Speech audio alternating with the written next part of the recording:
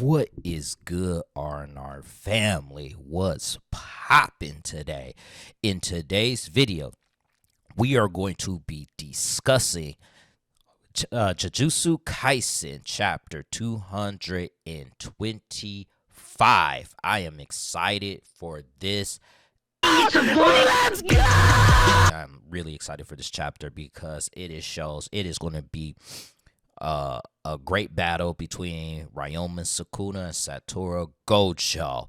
So let's get into this video. But before we start this video, I want you guys to hit that like button, hit that subscribe button, and post a comment below and let me know what you guys think about this chapter. So how this chapter actually begins is we see all the other sorcerers in a room watching the fight, because in the last chapter we saw the battle between Satoru and Gojo just using only the physical attacks where they were destroying buildings. They wasn't really using their innate curse abilities yet, or techniques. They wasn't using them yet. They were only using physical force, and it was enough to destroy the building. And in the process of destroying all that buildings, they ended up realizing, well, Satoru, I should say, ended up realizing that they were being recorded.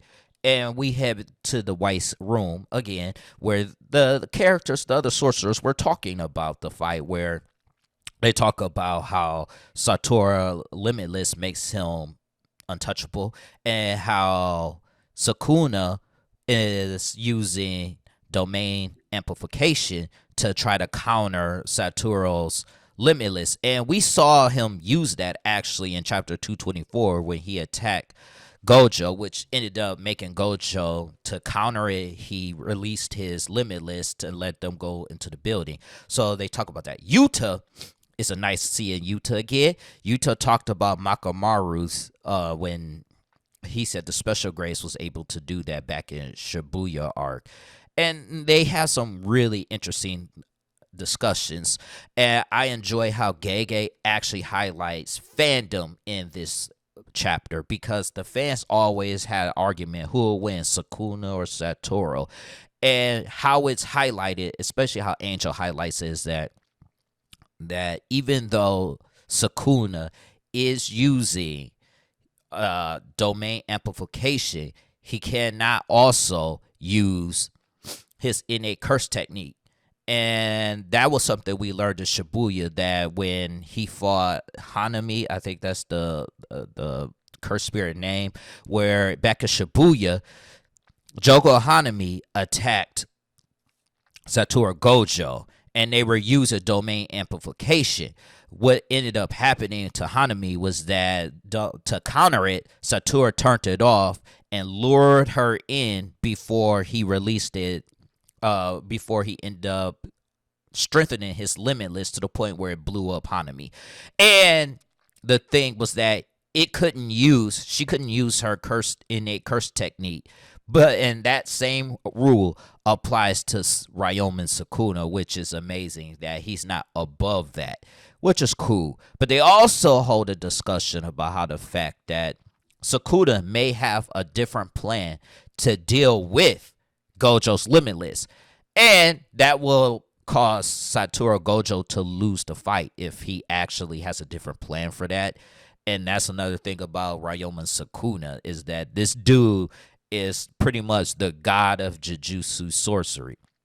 Now you have two honored ones fighting, but it looks like Sukuna is the better of the two, in the sense, because Kashimo, which is good to see Kashimo, he talked about how Sukuna is good with curse energy efficiency, and that the only reason why Gojo is surviving this battle is because of his 6 eyes.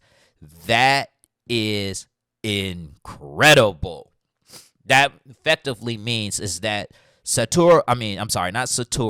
but Ryomen Sukuna is outclassing Satoru Gojo in almost every category except maybe endurance. But we also learned that if Satoru Gojo just constantly spams domain expansion, that he will eventually run out of curse energy, because it's always been stated that Satoru Gojo doesn't really run out of curse energy. And truthfully, his limitless and his six eyes, it's all about mathematics. So when he uses his curse technique, it's astronomically close to zero. So he's probably losing 0.0001% of energy. That's probably what he's kind of like losing. But if he spams domain expansion, it will tire him out. So that's another thing to look out. There has been a lot of foreshadowing that Gojo may lose his six eyes, but we're going to get into that in a minute. But another thing that they discovered is that when it comes to a domain battle, because they had asked like why isn't Sukuna using his domain expansion in order to overcome his limitless that way, and they was like, why is he not doing that? Well, we find out is that the reasoning why isn't because he will lose a domain battle. It has something to do with the fact that Satoru Gojo and Sukuna really just don't know the outcome of their domain expansion battle. So in a battle of minds and wills, you got to find a weakness in each fighter. So they really don't know what's going to happen. We also get a conversation, which I think is cool, about how Sukuna barrier is barrierless, his domain expansion. Because for anybody who knows, every single domain in Jujutsu Kaisen is always a barrier involved in it when you use domain expansion. But in Sukuna case, it is barrierless.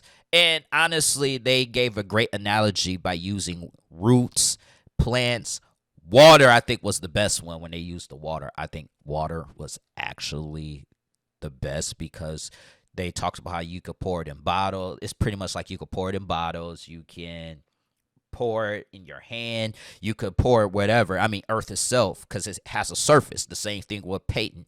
It has a surface. It highlights how godlike he is because of the simple fact is he can literally create water. Like pretty much, it's like creating water out of thin air. He's creating a barrier out of thin air, and I think that's a really amazing thing to see. We also then see that they ended up doing their domain expansion, and they were evenly matched with their domain expansion, which isn't too much of a surprise because these two are the strongest. These two are the honored ones. So because of that, they're evenly matched to the point. It was so evenly matched that if one person makes a mistake, the other would be defeated. It was that evenly matched. They couldn't make it's like no mistake. But the thing is that what separated the two, let me tell y'all, what separated the two was that Satoru Gojo Infinite Void didn't start. It was stalled. But Sukuna slash attacks Malevolent Shrine wasn't stalled. Because again, he's barrierless and anything in his slash radius. He has a radius that you could get out of. But as Satoru Gojo says, his barrier was in that slashing radius. And as Yuji explained and everybody explained, a domain expansion's barrier is weak from attacks of the outside. So my boy Satoru Gojo got slashed in the neck, and that's how the chapter ends. It actually cliffhanger because we got to know, is Satoru Gojo killed? And the answer to that is absolutely not. He's not dead. He just got his neck slashed. But there is a problem because I do think when he used reverse curse technique, or he's going to use something, he's going to lose that six eyes. And the reason why I'm saying he's going to lose the six eyes is because of the Jujutsu Kaisen opening. And Gege told us, the watchers and readers to pay attention to that type of stuff. So, and in one of the openings, he had a missing six eyes, which could be foreshadowing because they kind of foreshadow Sukuna's bath in the opening of the first one. Also, they foreshadow how he was going to switch from Yuji to Megami in the very first chapter. They kind of like foreshadowed that too in one of the cover pages. So I just want to let you know that they're really good with the foreshadowing of Jujutsu Kaisen. But I overall enjoyed this chapter. I loved every second of it. It was an amazing chapter. I cannot wait for chapter 226, and it doesn't look like we have a delay. So I'm excited for that. And let me know what you guys think about chapter 225, because I'm going to give it a 4.5 out of 5 do-rags. And I'll catch you guys on the next one. Peace out. Yo.